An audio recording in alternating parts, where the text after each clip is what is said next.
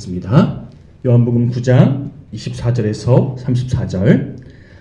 이에 그들이 맹인이었던 그 사람을 두 번째 불러 이르되 너는 하나님께 영광을 돌리라. 우리는 이 사람이 죄인인 줄 아노라. 대답하되 그가 죄인인지 내가 알지 못하나 한 가지 아는 것은 내가 맹인으로 있다가 지금 보는 그것이니이다. 그들이 이르되 그 사람이 내게 무엇을 하였느냐? 어떻게 내 눈을 뜨게 하였느냐? 대답하되 내가 이미 일렀어도 듣지 아니하고 어찌하여 다시 듣고자 하나이까? 당신들도 그의 제자가 되려 하나이까? 그들이 욕하여 이르되 너는 그의 제자이나 우리는 모세의 제자라.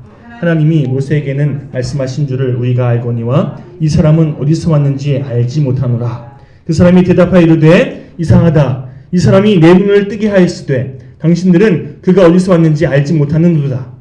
하나님이 죄인의 말을 듣지 아니하시고 경건하여 그의 뜻대로 행하는 자의 말은 들으시는 줄을 우리가 아나이다.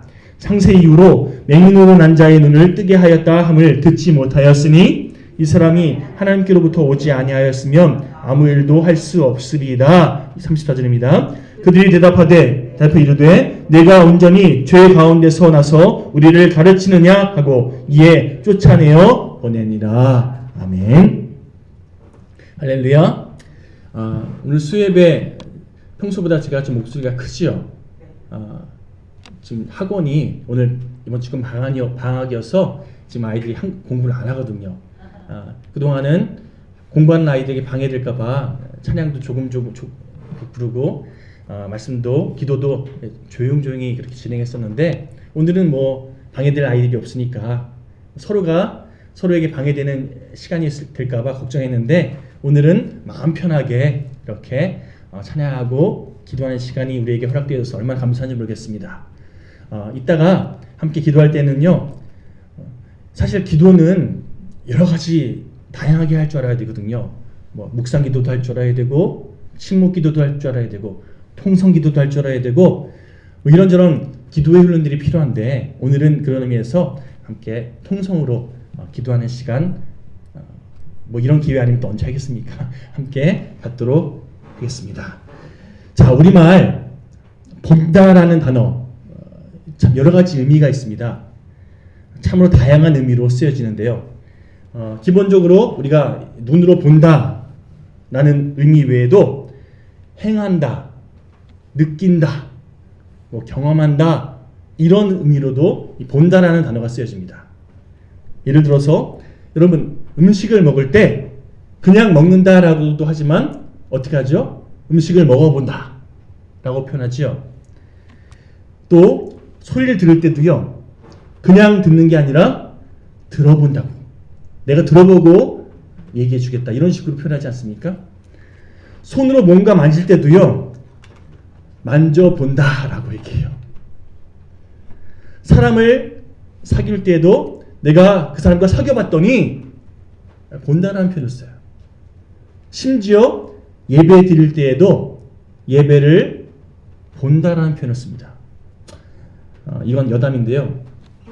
제가 신학교 다닐 때 한참 이 본다라는 이 개념에 대해서 민감하게 해석했던 그런 시기가 있었는데, 예를 들어서 예배는 하나님께 드리는 거지 우리가 구경하는 시간이 아니다.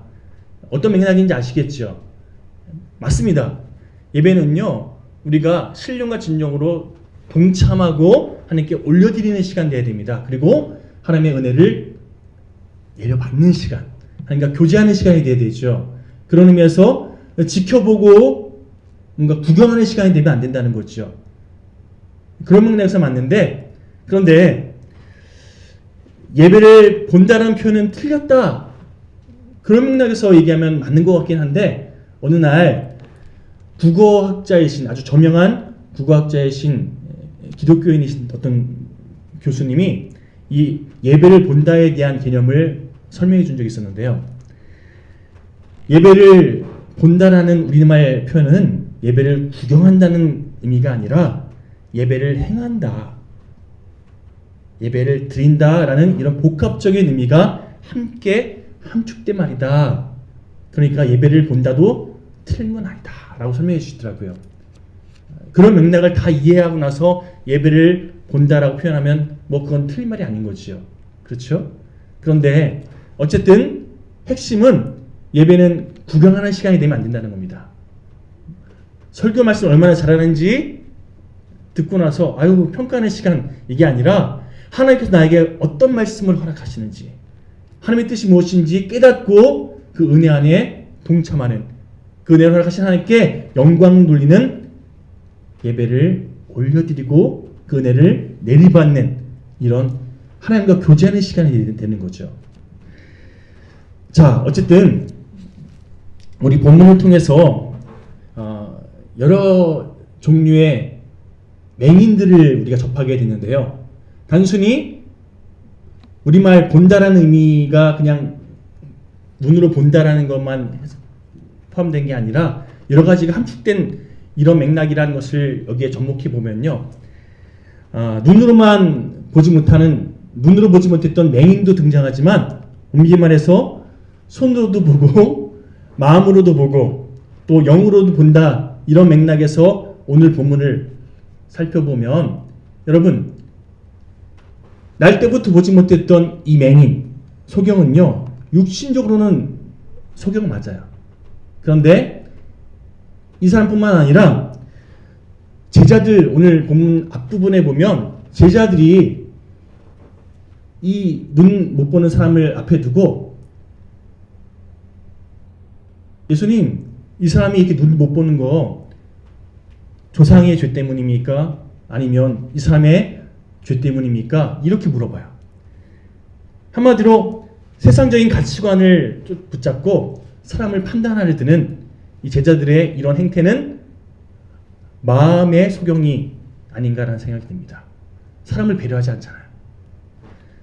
더군다나 구원자 되시는 예수님께서 지금 함께하고 계시는데, 그런데 그분을 구세주로 알아보지 못했던, 또 하나님의 뜻을 깨닫지도 못하고 자기의 소견이 옳은 대로 주장하기를 선택했던 바리새인과 서기관들 비롯한 이 영적 지도자들, 그들은요 영적인 소경이라고 해도 과언이 아닐 겁니다.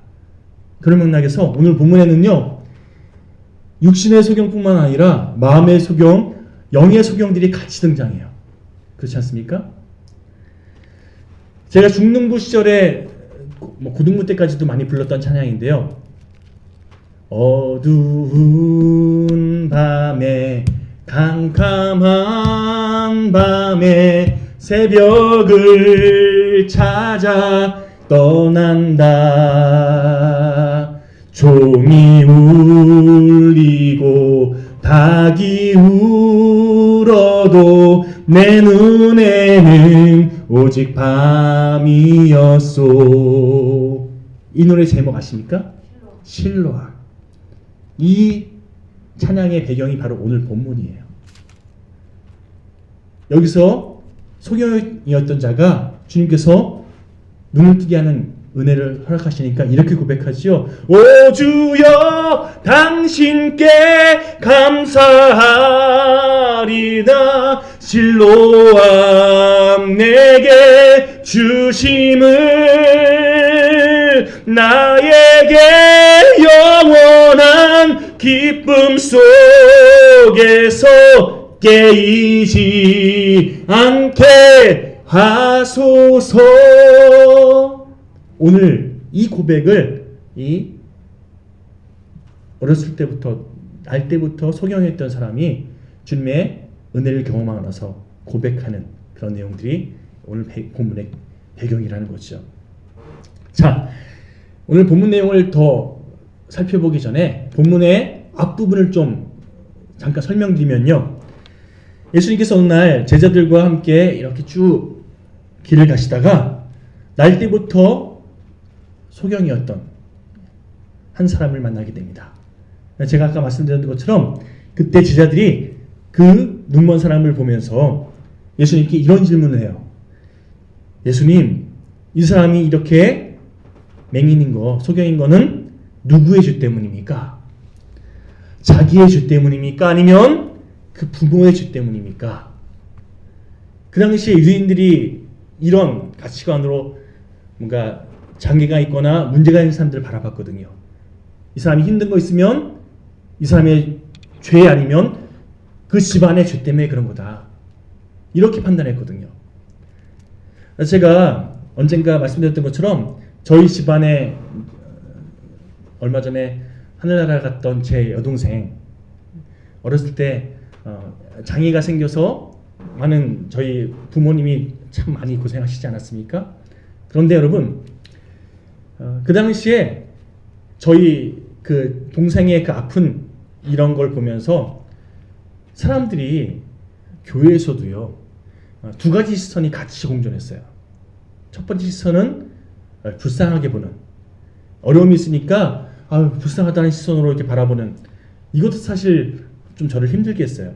왜냐하면 저는 정상인데 제 동생 때문에 같이 불쌍하게 여겨지는 게 전 싫었거든요. 사춘기 때는 그게 아주 미묘하게 저에게 작용하더라고요. 또 다른 시선이 있었는데 교회 다니는 집사님 목사님들이 뒤에서 수근수근거리는 게 들려요. 아유, 저 집안에 뭐가 문제가 있어서 저렇게 맨날 어려운 일이 터지냐. 저 집에 뭔가 문제가 있는 건가? 똑같은 관점이죠. 저 사람의 죄 때문이든지 아니면 저 집안 조상에 문제가 있든지 그래서 그런 어려움을 겪는 거지. 이런 식으로 사람들이 수근수근거리는 거죠. 여러분, 장애를 가졌거나 그렇죠? 더군다나 지금 제자들이요 이 눈먼 사람을 앞에 두고 지금 예수님께 물어보고 있어요. 이게 얼마나 예의가 없는 행동입니까? 눈만 못 볼 뿐이지 이제 다 듣고 있잖아요. 그런데 이 사람이 이렇게 어려운 일 당한 거 이 사람의 죄 때문입니까? 아니면 이 부모님의 죄 때문입니까? 이런 얘기 들으면서 이 사람이 그런 얘기 또 얼마나 많이 들었겠어요, 그동안. 얼마나 많은 상처를 받았을까요? 여러분, 가만 보면 우리들은요, 그냥 생각나는 대로 누군가 대화하는데 상대방에 대해서 배려하지 못하는 그런 말과 행동을 할 때가 참 많아요. 그러나 주님께서 우리에게 원하시는 진정한 그리스도인의 모습은요, 주님을 섬기듯이 우리에게 맡겨준 영혼들을 섬기라는 거예요. 함부로 말하고 함부로 판단하고 함부로 대하지 말라는 거예요. 제자들은요, 이 날 때부터 소경이었던 사람을 바라보면서 장애의 원인을 죄의 문제로 바라봤어요. 그래서 저 사람은 죄가 있는 사람이다, 저 사람은 문제 있는 사람이다라고 평가했습니다. 반면 예수님께서는요, 원인이 무엇인가 이거에 중요한 게 아니라 더 중요한 부분, 이 눈먼 자를 통해서 하나님이 행하실 축복에 대해서 더 주목하시고 제자들의 시선을 이 사람의 잘못, 문제, 환경에 주목하고 있던 그 시선을 하나님께 향하도록 시선을 바꿔주셔요. 그러면서 이건 누구의 죄 때문이 아니라 다만 하나님이 하신 일을 나타내고자 합니다. 이 사람을 통해서 하나님의 살아계심을 하나님은 드러내기 원하신다. 이렇게 제자들 깨우쳤어요. 그리고 땅에 침을 뱉어서 진흙을 이겨 그 맹인의 눈에 바르시고, 예수님께서 장애 있는 사람, 병든 사람을 고치시는 방법 여러 가지 모습이 있는데 오늘은 침을 뱉어서 진을 이겨 이 눈에 직접 발라주시죠. 이거에 대한 어떤 해석은 나중에 다루기로 하고요. 어쨌든 실로암 못에 가서 이 진흙을 씻으라. 너의 가려졌던 눈을 물로 씻어라 라고 명하십니다. 맹인이 주님의 말씀에 순종해서 한번 생각해 보세요. 어느 날 갑자기 누군가가 진흙을 내 눈에 발라요. 그리고 가서 씻으라 그러니까 아유 뭐하는 씨 하면서 기분 나쁜 마음으로, 근데 어쨌든 뭐 묻었으니까 씻어 갔다면 이 사람이 뭐 그래도 하나님께서 허락하시는 기적을 경험할 수도 있겠지만 주님께서 명하신 그 음성에 소망을 붙잡고 나아갔더니 여러분 실로암에서 눈을 씻자마자 그의 눈이 밝아지게 되었더라. 이게 오늘 본문의 내용이에요. 그리고 그 이후로 어떤 일들이 있었는지 오늘 우리가 함께 봉독한 본문에서 알려주고 있는 거죠. 구걸하던 그 사람이 어렸을 때부터 눈 멀었던 사람이라는 걸 사람들 다 알아요. 왜냐하면 항상 그 자리에서 구걸했거든요. 그 당시에 눈 먼 사람이 할 수 있는 일이 없잖아요. 그러니 먹고 살기 위해서 구걸하면서 지냈겠죠. 저 사람이 어떤 상태인지 다 알았던 이스라엘 백성들이. 그런데 그 사람이 어느 날 갑자기 눈을 떴다 그러니까 시력을 되찾은 그 사람에게 바리새인들이 물어봅니다. 너 어떻게 된 거냐고. 종교 지도자들이 이거 어찌 된 일이냐고 캐물어요. 그랬더니 이 눈 멀었다가 고침을 받았던 이 소경이 오늘 본문 10절에서 11절 말씀 보시면요. 말씀하시기에 그 말씀대로 하였더니 내가 낫게 되었다라고 고백합니다. 주님께서 말씀하신 대로 내가 순종했더니 내가 은혜를 경험했다고 신앙 고백하지요. 여러분 이쯤에서 우리가 주목할 부분이 있는데요. 실로암의 의미. 오늘 본문 7절 말씀 보시면 자 한번 본문 7절을 한번 같이 읽어볼까요? 7절 시작. 이르시되 실로암 못에 가서 씻으라 하시니 실로암은 번역하면 보냄을 받았다는 뜻이라. 이에 가서 씻고 밝은 눈으로 왔더라. 실로암의 뜻이 뭐라고요? 보냄을 받았다. 자, 이 실로암에 대해서 잠깐 설명드리자면요. 예루살렘 성 동쪽편에 기드론 골짜기가 있어요. 그 골짜기로부터 기온이라는 샘에서 흘러내려온 물이 가장 낮은 곳으로 예루살렘 성에 이렇게 흘러내려와서 거기에 자그마한 못을 형성했는데 여러분 아시는 것처럼 물은 높은 데에서 낮은 곳으로 흐르잖아요. 그리고 물이 쭉 수로를 따라 흐르다가 어느 곳에 머물러서 샘을 이뤘다. 그곳이 가장 낮은 곳인 거잖아요. 그렇죠? 실로암 못은요. 한마디로 물이 가장 낮은 곳에 모여서 형성된 어찌 보면 예루살렘에서 가장 낮은 자리였어요. 실로암 못이 어떤 곳인지 그 예루살렘 이스라엘로 유학 간 선배님이 사진을 보여준 적이 있는데요. 여러분 생각하는 것처럼 큰 연못이 아니에요. 그냥 물 떠먹는 조그만 우물 같아요. 그런 자그마한 실로암 못에 가서 눈을 씻으라며 하셨고 그곳에 가서 눈을 씻었더니 이 소경이 눈이 밝아졌다는 거예요. 여러분 이 소경에게 예수님께서 말씀하신 것은요. 가장 낮은 곳으로 가서 눈을 씻으라는 거였어요. 가장 낮은 곳에 가서 눈을 씻으라는 주님의 명령에 순종해서 무릎을 꿇고 그곳에서 눈을 씻었더니 결국 밝아지게 되었다는 거예요. 주님께서 그 소경에게 명하신 것은요. 가장 낮은 곳으로 나아가 가장 낮은 곳에 거하라고 그리고 가장 낮은 자의 마음가짐으로 겸손하게 무릎 꿇어 너희 눈을 씻으라 말씀하신 거예요. 그 명령에 순종해서 가장 낮은 마음으로 가장 낮은 곳을 향해 겸손하게 무릎 꿇어 자신의 닫혀진 눈을 닦았더니 이 소경이 결국 보게 되었다.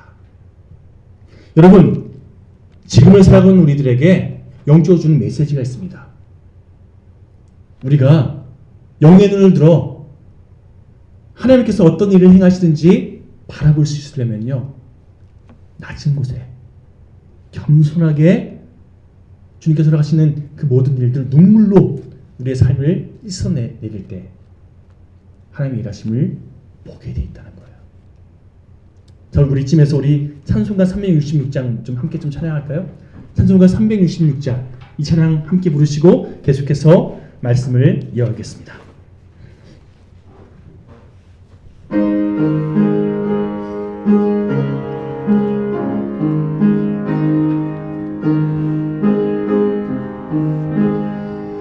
어두운 내 눈 밝히사 진리를 보게 하소서. 진리의 열쇠 내게 주사 참빛을 찾게 하소서. 깊으신 뜻을 알고자 엎드려 기다리오니 내 눈을 뜨게 하소서. 성령이여. 다시 한번 1절입니다. 어두운 내 눈 밝히사 진리를 보게 하소서. 진리의 열쇠 내게 주사 참빛을 찾게 하소서. 깊으신 뜻을 알고자 엎드려 기다리오니 내 눈을 뜨게 하소서. 성령이여.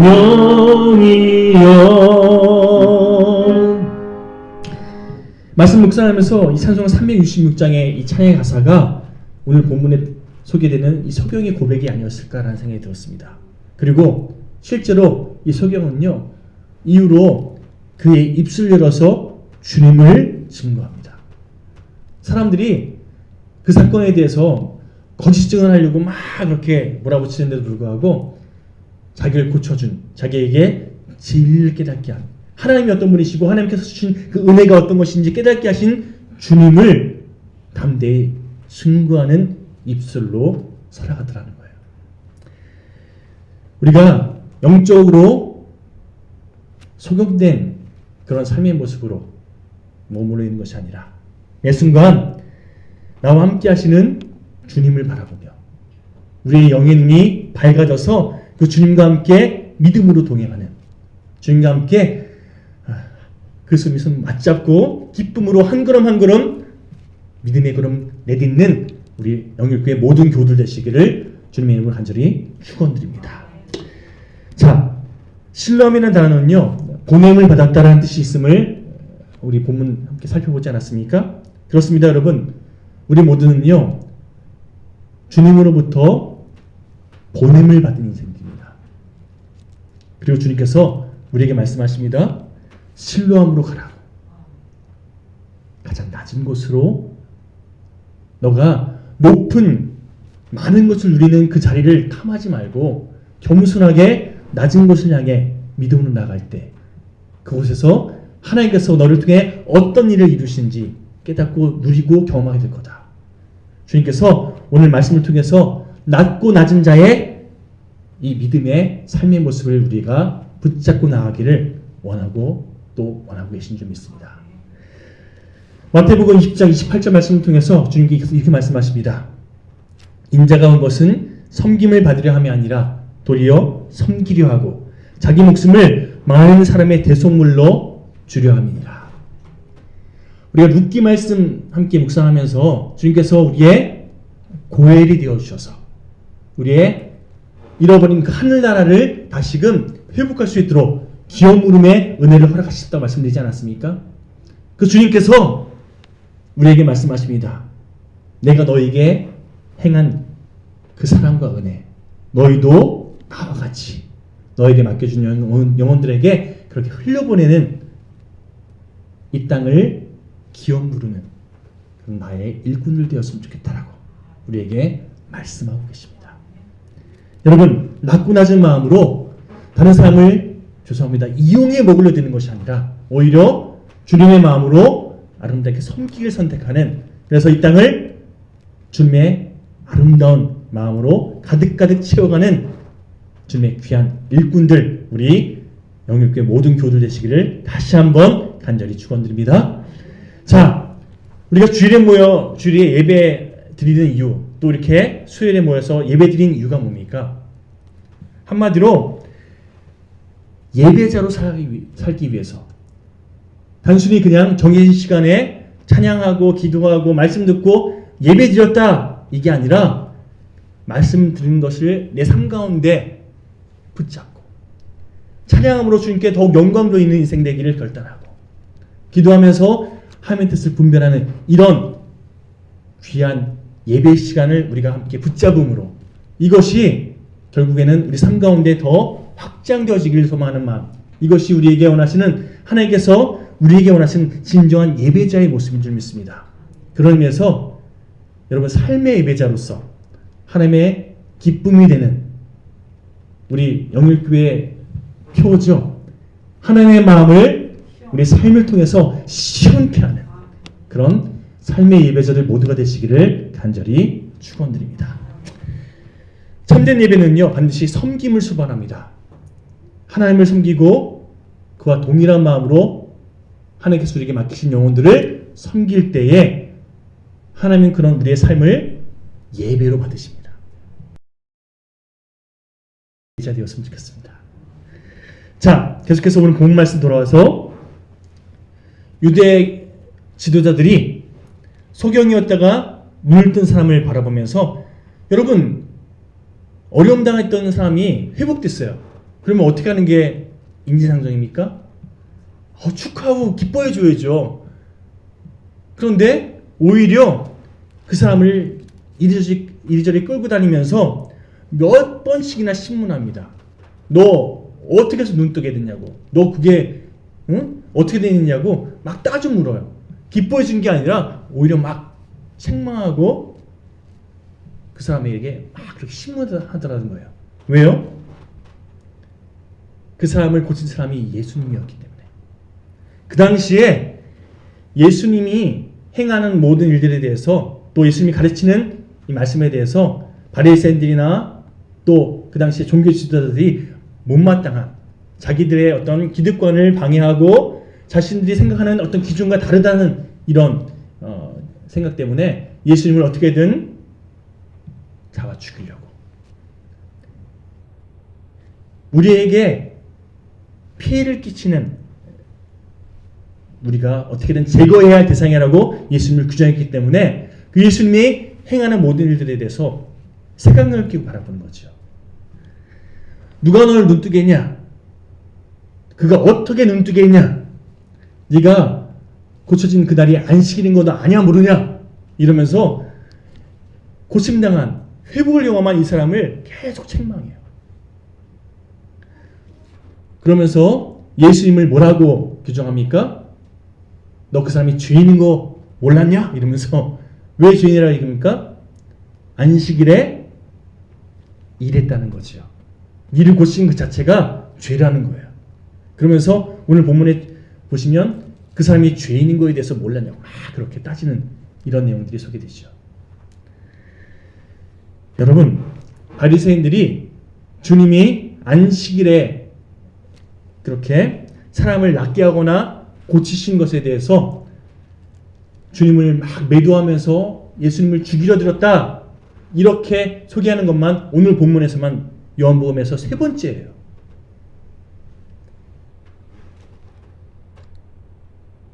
안식일이 뭘 의미하는지에 대해서 우리 지난번에 한번 함께 묵상한 적이 있었죠. 안식일의 진정한 의미는요, 하나님의 뜻이 무엇인지 깨달으라는 거예요. 하나님의 뜻은 그냥 단순히 안식일에 쉬고 아무것도 하지 말라 이게 아니라 안식일을 허락하신 하나님의 뜻 안에서 하나님을 바라보라는 거였어요. 하나님의 뜻에 순종하여 하나님 안에 거하라는 거였어요.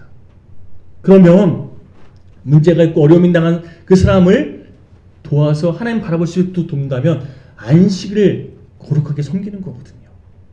그렇지 않습니까?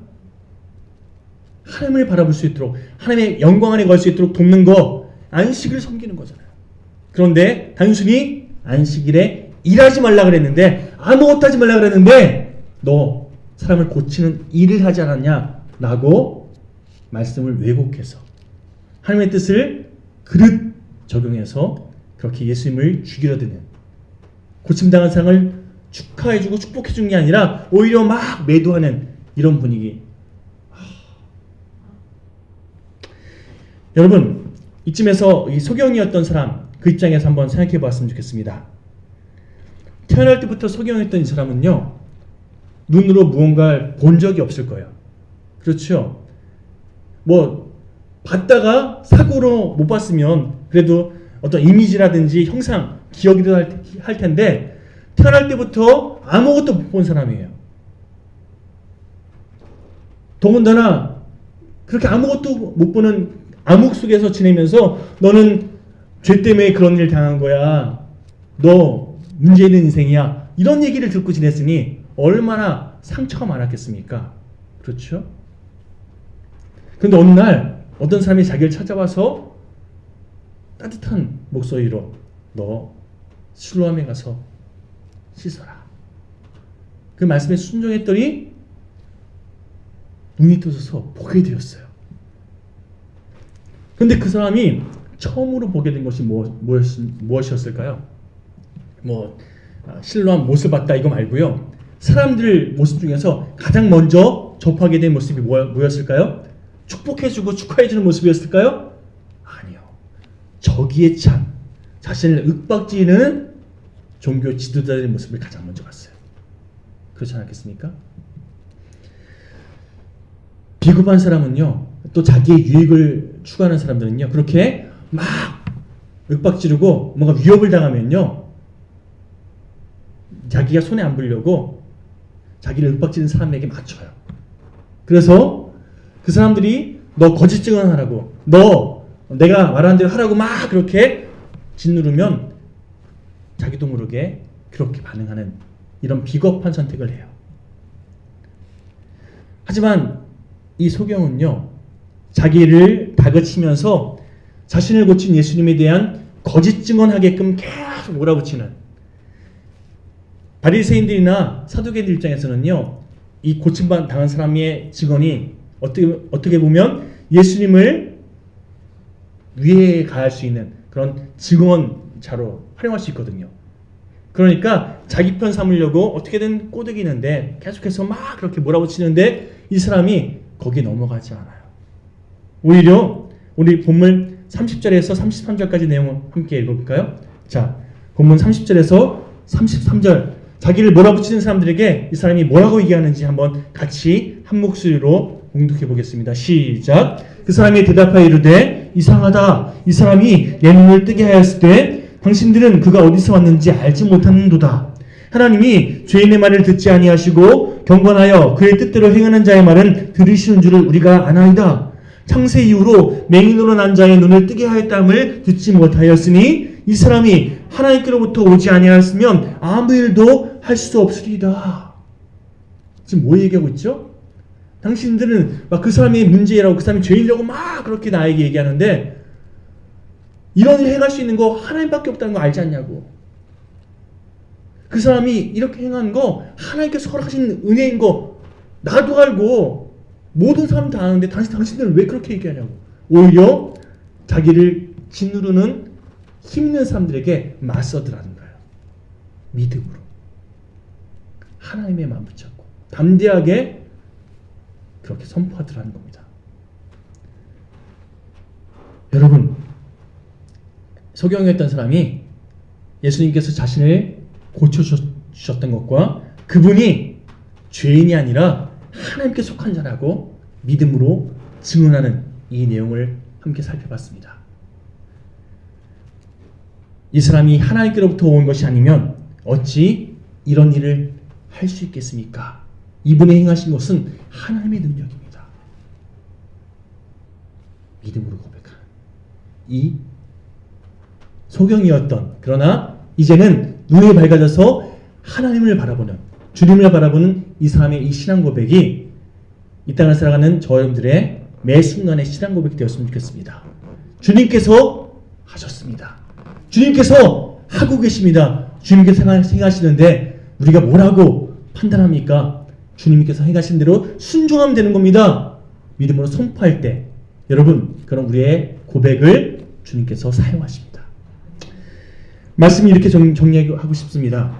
오늘 본문에서 소개하고 있는 여러 종류의 소경들, 사실은 이 중에서 가장 건강한 소경은 누구였죠?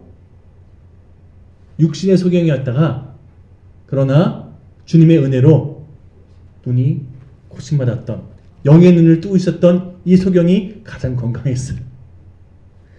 간절히 바라는 것은 오늘 본문에 또 쭉 보시면요, 이 소경의 부모도 잠깐 소개되는데, 부모들이 자신의 아들이 눈 뜬 거에 대해서 얼마나 감사했을까요? 그렇죠? 그런데 이 부모들은요, 비겁했어요. 자신의 자녀를 고쳐주신 주님께 감사한 마음은 뒤로 한 채 출교당할 것이, 당시에 종교 지도자들이 예수님과 관련된 사람들은 출교시키겠다고 딱 결단했거든요. 그러니까 괜히 아들 문제 때문에 내가 출교당하면 먹고 사는 문제가 당장 힘들어지고, 또 유대교는 종교 사회잖아요. 그러다 보니까 출교당하면 아무것도 못하는 단절이 일어나요. 그래서 내가 부익당할 수 없다, 이런 마음 때문에 타협하고 물러서는, 그래서 종교지도자들에게 맞춰는 이런 선택을 하거든요. 불이익당하지 않으려고 타협하는 이 모습, 여러분 간절히 바라는 것은요, 우리가 신앙생활하면서 세상의 가치관과 이렇게 타협하지 않는 부모의 모습처럼 타협하게 선택하는 이런 모습이 아니라, 소경이었다가 눈뜬 오늘 본문의 주인공처럼 주님께서 함께 하십니다. 나는 그 주님을 고백합니다. 언제나 믿음으로 매 순간 주님만 증거하는 저희 모두가 되기를 간절히 소망합니다. 마지막으로 환희 크로스비라는 한 분을 소개하고 말씀을 정리하겠습니다. 이분이 오늘 본문에 소개한 사람처럼 태어날 때부터 보지 못했던 그런 분이었는데요. 이분이 지내면서 하나님의 은혜가 얼마나 큰지 그 하나님의 은혜를 고백한 찬송시를 많이 썼어요. 한 번은 보지 못하는 이 환희 크로스비에게 사람들이 이렇게 물어봅니다. 눈이 보이지 않아서 불편하지 않으시냐고. 그런데 어떻게 그렇게 하나님께 감사하는 고백을 쓰시냐고. 환희 크로스비가 이렇게 대답하더라고요. 물론 불편하지요. 그런데 제가 눈을 뜨고 가장 먼저 보게 되는 얼굴이 바로 우리 주님의 얼굴일 것이 분명하기에 나는 그 주님의 얼굴 바라볼 그때를 소망하면서 지금을 기대함으로 살아갑니다. 이렇게 고백했어요. 여러분, 이 환희 크로스비가 쓴 많은 찬송시가 있지만 오늘은요, 찬송가 384장 이 찬양 가사를 함께 고백하고 또 함께 묵상하시면서 오늘 선포된 말씀 함께 다시금 되새기며 결단하는 기도 올려드리기 원합니다. 나의 갈 길 다가도록 주님 인도하시니 무슨 일을 만나든지 만사형통하리라. 여러분, 일평생 아무것도 보지 못하는 소경으로 지냈던 이 환희 크로스비가 만사형통을 노래할 수 있는 이유가 무엇이겠습니까? 비록 육신의 눈은 보이지 않을지라도 그가 영의 눈을 들어 자신과 늘 함께 하시는 주님을 바라보고 있었기에 이런 고백할 수 있는 거 아니겠습니까? 여러분, 그런 의미에서 주님을 바라보면서 매 순간 어떤 상황 속에서도 나는 주님과 함께 동행하기에 나는 승리자입니다. 나는 기쁨을 주님께 고백합니다. 주님께 영광 돌립니다. 이 믿음의 고백이 단순히 환희 크로스비만의 고백이 아니라 저 여러분들의 매 순간의 고백되기를 소망하면서 함께 이 찬양 고백하시고 결단하는 시간 되었으면 좋겠습니다. 찬송가 384장입니다.